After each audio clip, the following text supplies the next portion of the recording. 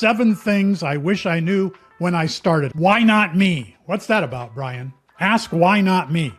Yeah, well, it's this idea that there's so many people that underestimate their own abilities. And they look at successful people, and they look at me and they're like, well, you know, Brian was successful because of X, Y, and Z, right? Or John was successful this, or Elon was that, or Jeff. It's like we're kind of programmed to look at successful people, situations, whatever it is, and then make up a bunch of excuses that kind of make ourselves feel better. That, oh, they have money, they have experience, times were different back then, it wouldn't work for me now. Like, we make all these external kind of excuses that make ourselves feel better that we are not as successful as that other person. We all do this. I've done this many times. But then, like, once you really dig in to learn, even like me, like what makes me successful, it's like, I don't have an MBA. Like, I've never raised money. I did have an advantage learning the business as a kid, but there's also other people who are bigger than me that did not have that advantage that also started at the same time as me. And so, like, when you really dig into it, you realize that, like, successful people, what they're really good at is believing in themselves more than anything. Like, I believe that I can accomplish anything that I set out to do, no matter what. They have very big goals. So the goals that, like, successful people set aren't like, oh, I want to get 10% better, but, like, they're big freaking goals. Like, I want to get to 100 million over the next 3 years. I want to double. Like, I don't know how we're going to do it, but, like,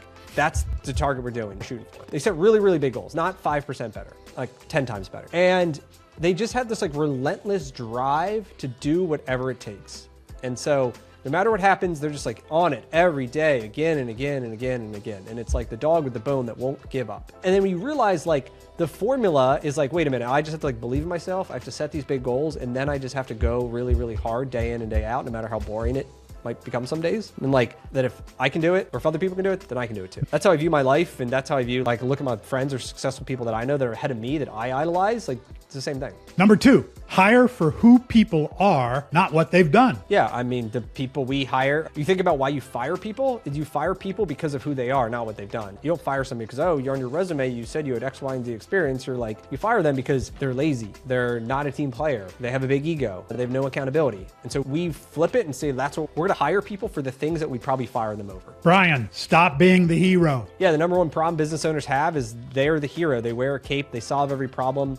And this is how you build a business. This is how I built mine.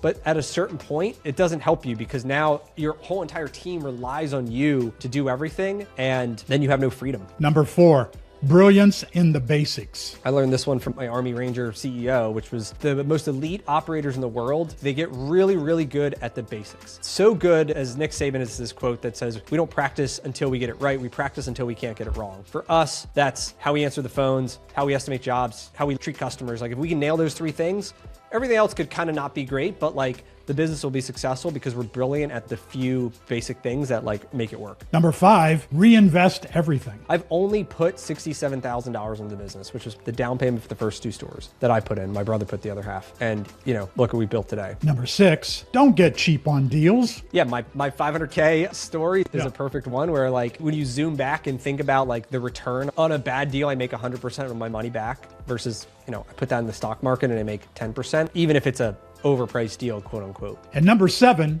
ignore diversification. The biggest mistakes I've ever made have been chasing other shiny objects, invest in other franchises, to be totally honest with you, that we don't have time to talk about today, but that distracted me and pulled me away. Otherwise, I mean, my auto repair business would probably be at least $10 to $15 million more a year.